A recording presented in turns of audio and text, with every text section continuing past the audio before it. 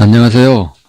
오늘은 첫 시간으로서 영어 문법을 공부해 가지고 해석에 적용하는 첫 번째 가장 중요한 것에 대해서 말씀드릴게요. 제일 우리가 영어 문장을 봤을 때 제일 먼저 해야 할 것은 주어가 무엇인가, 어느 게 주어인가 그걸 찾아야 합니다. 그러면은 주어를 찾기 전에 주어가 무엇인가를 알아야 합니다. 영희가 누구인지도 모르고 영희를 찾으면 안 되겠죠. 그와 마찬가지로 주어가 무엇인지 알고 주어를 찾으면 훨씬 주어 찾기가 쉽습니다. 그러면 주어란 무엇인가부터 봅시다. 주어란 문장에서 주인 되는 말씀입니다. 한자로 쓰면 어떻게 쓰냐면요. 주어란 주인주에다가 말씀 어입니다. 한자로 쓰면 주인주 말씀어. 그러니까 주인 되는 말씀이겠지요. 문장의 주인 되는 말씀. 그래 대개 어떻게 주어가 되냐면 우리가 물어볼 때 무엇이 하고 물었을 때 자연스러운 대답, 즉 무엇이에 해당하는 것이 주어입니다. 그리고 주어에는 특징이 있어요. 어떤 특징이 있냐면은 은, 는, 이, 가 라는 조사가 붙습니다. 주어에는 이런 은는 이가라는 조사. 그렇다고 해서 항상 은는 이가가 붙어 있으면 모든 게 주어라는 건 아니에요. 되게 그렇다는 거예요. 그래서 이 은는 이가라는 명사에 은는 이가라는 조사가 붙으면 주어로 이제 빨리 판단할 수가 있는데, 조사란 말 알겠어요? 조사. 조사라는 말은 이렇게 쓰지만 한자로는 어떻게 쓰냐면은 이거예요. 도울 조자. 말씀 사자입니다. 도와주는 말씀. 도와주는 말씀이라 해가지고 우리는 우리말로 하면 토씨라고 해요. 토씨. 우리가 싸움하거나 다툼할 때 옆 사람이 끼어들고 어쩌면 야 너는 토씨 달지 마 하고 핀잔 두고 그러잖아요. 그렇듯이 조사가 토씨에 해당해요. 무슨 말인지 아직 잘 모르겠죠. 조금 더 살펴보면 조사는 되게 명사 뒤에 붙어요. 우리말에서는 명사 뒤에 붙어가지고 다른 말과의 문법적 관계를 보여줘요. 문법적 관계. 그리고 혼자 쓰면 별로 의미가 없어요. 은는 이가 이거 혼자 써가지고 는, 이가 그 자체가 의미가 없잖아요. 항상 명사에 붙어서 가지고 다른 그 말들과의 문법적 관계를 표현해줘요. 예를 들어 볼게요. 조사 예를 들어보면은 나는 밥을 먹는다. 이런 문장이 있다고 합시다. 나는 밥을 먹는다. 그러면 나라는 명사의 이름씨에 는이라는 조사가 붙었네요. 는이라는 조사. 은는이가 중에 하나에 해당하죠. 는.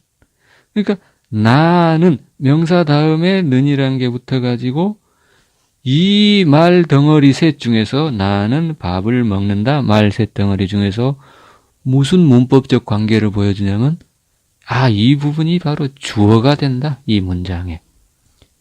주어가 된다. 이런 문법적 관계를 보여주는 거예요. 그게 조사예요. 토씨. 이거 하나 붙임으로써 나가 여기 문장에서 주어로 쓰였다. 그걸 알 수 있다는 겁니다. 그러면 이 을을 봅시다. 을도 조사예요. 이건 목적격 조사입니다. 그러니까 이 는은 주격 조사가 되겠죠. 주어 자리를 설명해 주는 조사. 주격 조사. 주어 자리. 근데 을은 뭐냐면은 목적어 자리를 설명해주는, 표현해주는 조사예요. 목적어 자리를 표시해주는 조사. 그래서 이걸 목적격 조사를 하거든요. 그러니까 밥이라는 명사에 을을 붙임으로써 이 문장 속에서 밥을은 목적어로 쓰였다. 그걸 알 수 있다 이거죠. 또 나의 는을 붙임으로써 이 문장 속에서 나는은 주어로 쓰였다. 그걸 알 수 있다 이거죠. 그러한 것을 도와주는 것, 즉 이 문장 속에서 이 나 밥 먹는다 사이에 문법적 관계를 표시해 주는 게 조사라는 거예요. 그런데 도움을 주는 말, 그게 조사라는 겁니다. 그래서 주격조사, 은는 이가 주어 자리를 설명해 알려주는 이러한 조사를 주격조사라고 하는데, 주어에는 대개 은는 이가가 붙더라 이거죠. 조사라는 말과 주어라는 말 이해됩니까? 다시 한번 조사에 대해서 설명할게요. 조사는 도울 조자에 말씀사고, 우리말로는 토씨라고 하는데, 말들 사이에 문법적 관계를 알려주는 표시다. 혼자 쓰면은 별 의미가 없다. 그래서 나라는 명사에 는을 붙임으로써 이 문장 내에서 나는 주어로 쓰였다. 그걸 알려주는데 도움을 주는 토씨라 이겁니다. 이해됐죠? 그래서 주어에는 명사에 대개 얻는 이가가 붙어 있습니다. 그게 주어입니다. 그러면 이제 주어를 알았으면, 이제 영이라는 이름을 알았으면 영이는 대개 어떻게 생겼는가, 그걸 봐야 할 거 아니에요? 그와 마찬가지로 주어의 이제 뜻을 알았으면 주어가 어떻게 생겼는가, 대개 주어의 모양은 대개 어떤 모양을 가지고 있는가, 그걸 공부해야 합니다. 그게 주어가 될 수 있는 것은 명사가 될 수 있거나 구가 될 수 있거나 절이 주어가 될 수 있거나 하더라 이거죠. 명사가 주어가 될 수 있거나 구가 주어가 될 수 있거나 절이 주어가 될 수 있다 이거죠. 그렇다면 얘들 이름도 알고 모양도 봐야 할 거 아닙니까? 그래야 우리가 명사를 찾지요. 그래서 명사를 한번 봅시다. 명사란 건 뭐냐면요, 이름씨예요. 이름씨. 이름씨 한자로 쓰면 이름 명자입니다. 말씀 사자고요. 이름 말씀이라 이거요. 이름씨. 그래서 우리가 흔하게 주변에 있는 이름을 가지고 있는 건 다 명사예요. 예를 들면은 볼펜, 손, 시간, 그런 거 다 명사예요. 물론 명사는 보통명사, 고유명사, 추상명사, 집합명사 뭐 쭉 나눠지는데, 지금 우리는 그걸 배울 게 아니고 명사는 뭔가? 이름을 나타내는 것이다. 거기까지만 알면 됩니다. 그러니까 여기서 보면 나는 명사죠. 나. 밥도 명사죠. 우리가 밥 이렇게 쌀로 해서 밥그릇에 담아놓은 그것을 먹는 것을 밥이라는 이름을 붙여서 우리가 서로 뜻을, 의미를 알고 통하고 소통하고 그러지 않아요? 이게 그러한 게 이름을 만들어서 이름으로서 쓰이는 게 명사입니다. 명사 알겠어요? 이름씨. 그 다음에 이제 명사까지는 쉬웠어요. 이 지금 우리가 배운 건 명사나 조사가 중요한 게 아니고 명사가 주어가 될 수 있다는 거예요. 그걸 알고 있어요. 지금 주어 찾기니까. 명사 뜻도 알아야지만 명사가 주어가 될 수 있다. 그걸 알아야 한다는 겁니다. 그 다음에 구에 대해서 봅시다. 구라는 게 뭔가? 이것도 주어가 될 수 있다는 걸 포인트입니다. 한자로 쓰면 이렇게 써요. 구. 그래갖고 이거 글씨귀란 거예요. 어귀구. 글씨구도 돼요. 그런데 여기서는 어귀구라고 합시다. 어귀구인데 뭐냐면 말덩어리란 뜻이에요. 간단히 말하면 말덩어리. 구는 절하고 이제 좀 차이가 있어요. 그 다음에 절이란 게 있어요. 이건 마디절이라고 해요. 이렇게 써요. 한자로 쓰면. 그리고 마디절. 이건 글씨구도 됩니다. 이 글씨구도 어귀구, 마디절. 마디절인데 이게 뭐냐? 소리 마디라 이거예요. 소리 덩어리에서 마디, 우리 음파에서 마디가 있듯이 음파 보면은 이렇게 가잖아요. 그래가지고 마디, 마루, 골 그런 거 있잖아요. 그래서 되게 보면은 이런 형태로 돼가지고 이게 한 마디, 두 마디 음파에서 그러잖아요. 그것처럼 물리에 의해서 그럽니다. 말에도 이렇게 마디가 있다는 거죠. 이렇게. 소리 마디. 그걸 구라는데 여기까지도 이해가 잘 안 되죠. 아무튼 하나는 말 덩어리고 하나는 말 마디라는 걸로 이제 생각해 보면은 두 개의 차이점을 좀 봅시다. 구와 절에 이제 구와 절을 좀 더 구체적으로 봅시다. 구와 절. 두 개의 같은 점이 있어요. 구와 절의 같은 점. 같은 점은 뭐냐면은 두 개 이상의 단어 덩어리라 이겁니다. 두 개 이상의 단어. 하나도 이거 말 덩어리, 말 마디니까 어느 정도 단어 덩어리가 있어야 할 거 아닙니까? 그런데 그럼 같은 점이 있으면 좀 달라야 우리가 구별을 할 수 있을 거 아니에요. 그래서 다른 점을 봅시다. 같은 점이면 둘이 구가 절을 구분할 수가 없겠죠. 근데 다른 점이 있어야 구분할 게 있어야 할 수 있을 거 아닙니까? 그 부분 구란 뭐냐면은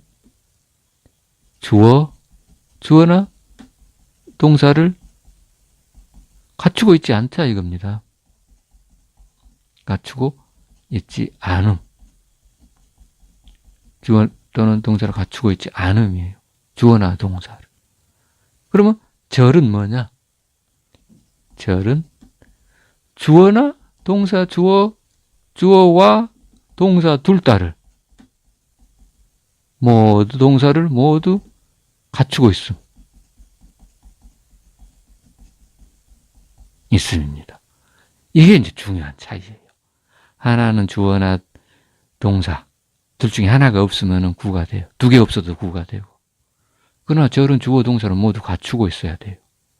그게 다른 점. 이제 구와 절 딱 보면 어느 게 구와 절인가를 이제 구분할 수 있어야 돼요. 그러면 좀 더 예를 들어봅시다. 예를 들어보면은 먼저 이제 구의 예를 들어봅시다. 구입니다. 구는 두 개 이상의 단어 덩어리라니까 이런 경우 한번 봅시다. 우리 맨날 중학교 1학년 때부터 배우는 거 이거죠. In the morning 하고 아침에 막 목청을 높여서 하죠. In the morning, in the morning, in the afternoon 하면 맨날 in the morning 그거 날마다 하는 소리가 이거였죠. 1학년 때는. 그런데 이거 봅시다.